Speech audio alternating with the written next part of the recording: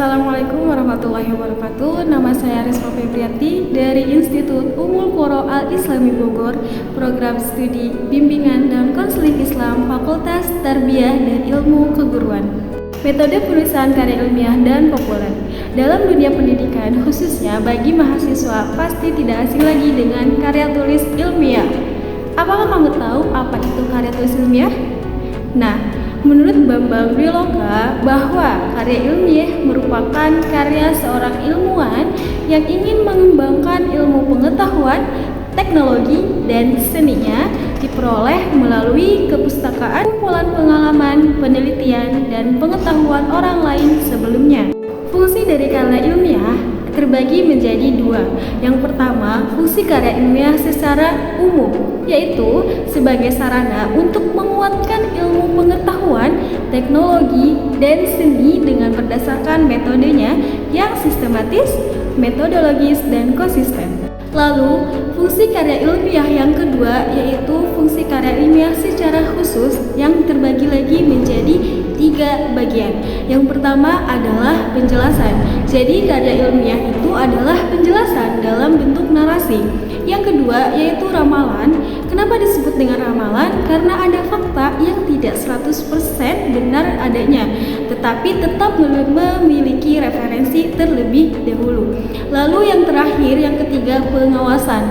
Disebut dengan pengawasan karena sebagai kontrol terhadap perkembangan zaman melalui karya ilmiah ini. Karakteristik karya ilmiah itu disajikan dalam sebuah publikasi media ilmiah yang dapat dilihat pada isi penyajian dan bahasa yang digunakan.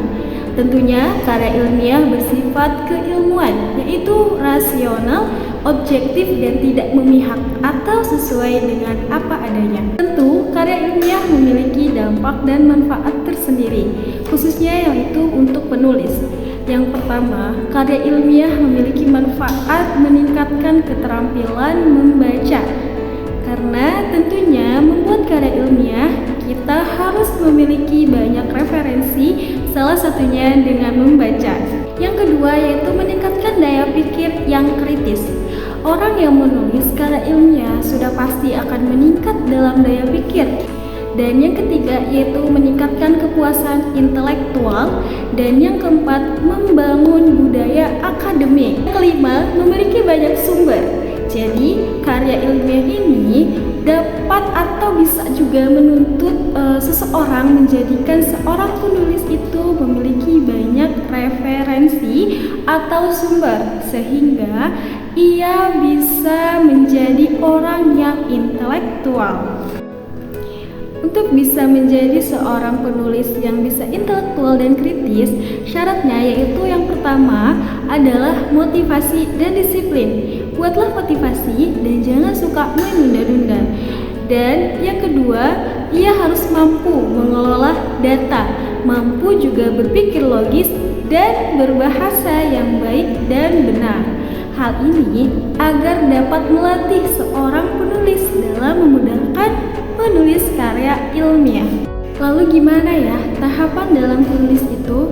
Nah, sebelum kita mengetahui tahapan menulis, di sini ada menurut Dahlman, menulis merupakan suatu kegiatan komunikasi berupa penyampaian pesan atau informasi secara tertulis kepada pihak lain dengan menggunakan bahasa tulis sebagai alat medianya.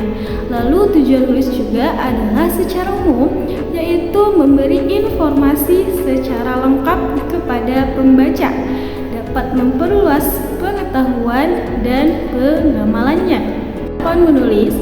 Nah, tahapan menulis ini yang pertama yaitu persiapan. Dalam persiapan ini memiliki 5 poin. Yang pertama yaitu menentukan masalah. Yang kedua, menentukan tema. Yang ketiga, menentukan topik. Keempat, menentukan judul. Dan yang terakhir, menentukan kerangka menulis. Tahap yang kedua yaitu penulisan. Dalam penulisan ini memiliki 3 poin. Yang pertama, menulis berdasarkan kerangka. Yang kedua, memperhatikan pedoman penulisan.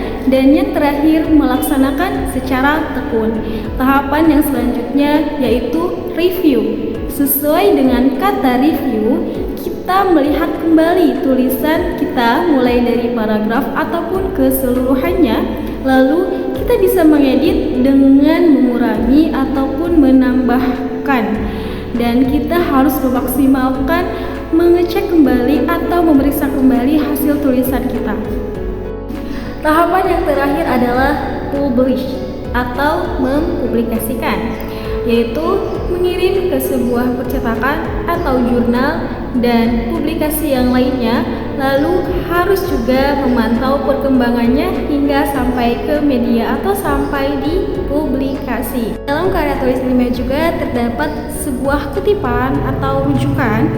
Nah, tidak dapat disebut karya ilmiah jika tidak mengutip atau mengambil pendapat orang lain.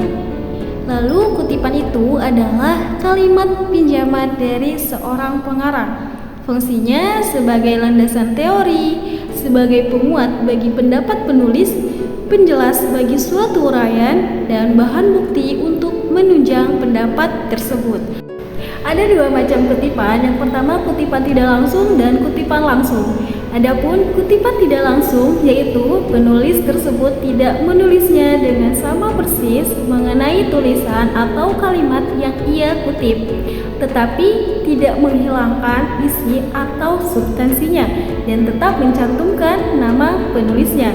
Yang kedua, kutipan langsung yaitu mengkopas atau mengcopy-paste tulisan atau kalimat tanpa mengubah kalimat aslinya yang ia kutip. Dalam penulisan juga ada karya tulis ilmiah populer, yaitu karya tulis yang berpegang kepada standar ilmiah tetapi ditampilkan dengan bahasa yang umum yang mudah dipahami oleh masyarakat awam dengan layout yang menarik sehingga masyarakat lebih tertarik untuk membacanya. Itu terdiri dari buku motivasi, surat kabar, majalah, esai, biografi, dan bahasanya juga sederhana. Adapun karya sastra populer itu terdiri dari puisi, prosa, naskah, drama, bahasanya juga sangat sederhana dan penuh imajinatif. Adapun karya ilmiah murni yaitu bahasanya baku, terikat oleh aturan, dimuat oleh jurnal, bisa skripsi, tesis, disertasi, dan bahasanya pun untuk akademisi. Terdapat beberapa jenis karangan yaitu ada deskripsi, narasi, eksposisi, argumentasi, dan persuasi. Adapun struktur penulisan populer adalah judul, nama, pendahuluan, isi, dan simpulan. Itulah tadi penjelasan tentang penulisan baik karya tulis ilmiah maupun populer. Semoga bermanfaat, tetap semangat untuk terus belajar dan kita bisa menjadi seorang penulis yang kritis dan intelektual. Cukup sekian, wassalamualaikum warahmatullahi wabarakatuh.